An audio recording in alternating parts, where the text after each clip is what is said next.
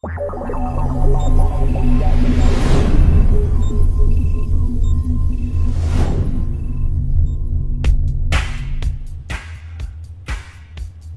guys, Ranger One here.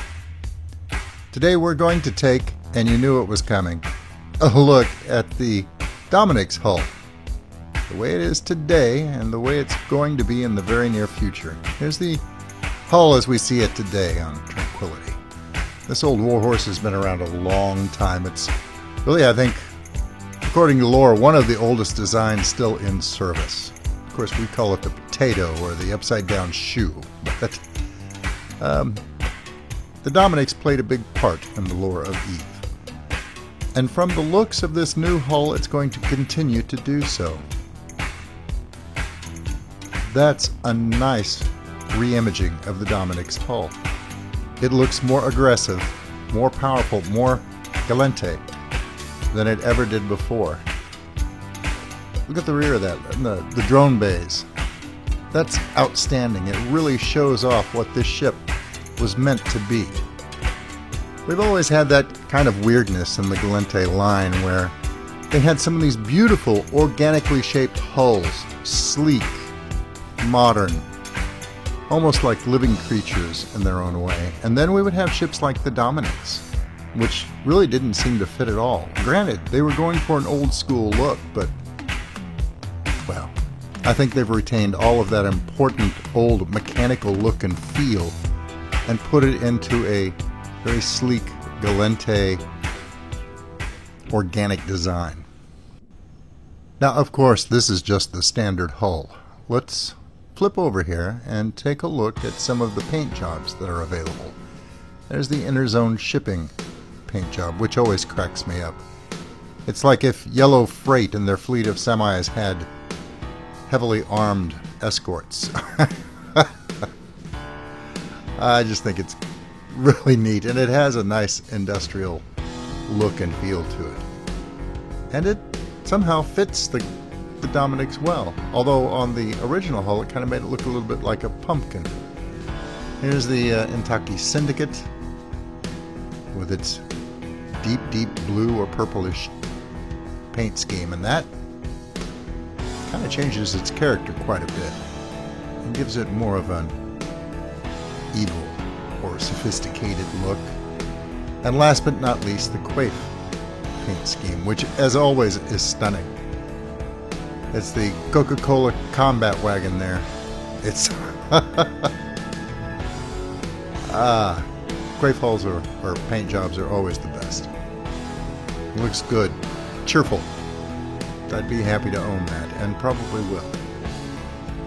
Before we get too far afield here and look at the animation that they've included, let's take a quick look at its other two hull variants, the Sin and the Dominix Navy issue.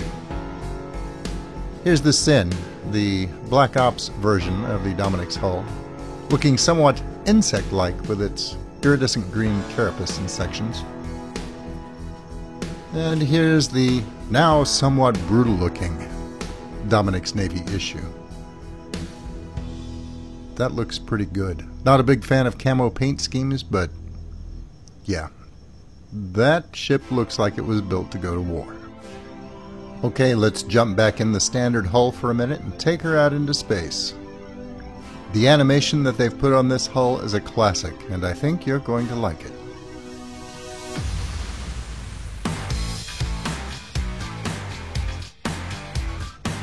Now the Dominix doesn't so much as undock from a space station as emerges from her lair.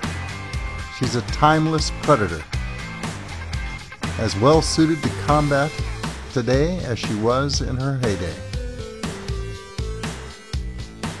They've incorporated so many nice touches in the hull, from the front to the hyperspace unit down below, the geocitic domes up above, the power plant that lies in the spine, the hard points, everything. It's just a nicely put together package. And again, I have to point them out again. The drone bays, marvelous. And you can see them from the sides too. That's just a nice touch. I even like the reactor underneath, the blue glow coming off of it. It looks modern, yet I have to say it again, old school. And now for the animation itself. As we do this, I want you to look at the circular portion there at the bottom of the ship. That's where the warp core is. That'll become much more apparent here in just a second. I'm going to line up on a belt.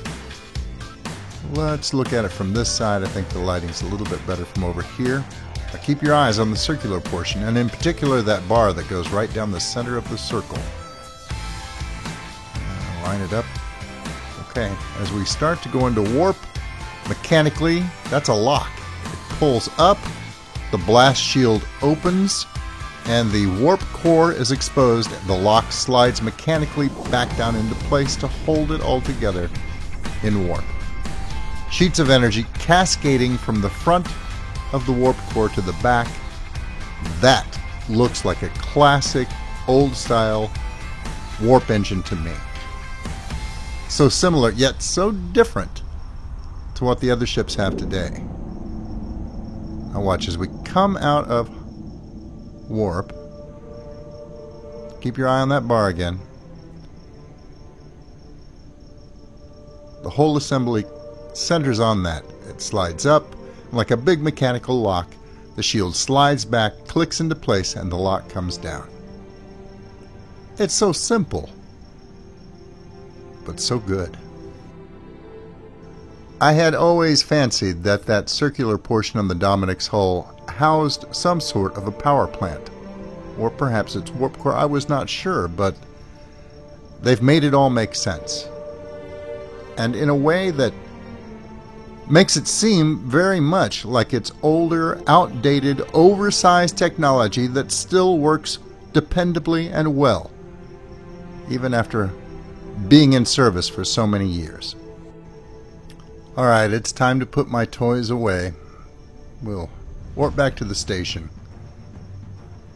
Yeah, the hull as a whole right now, it just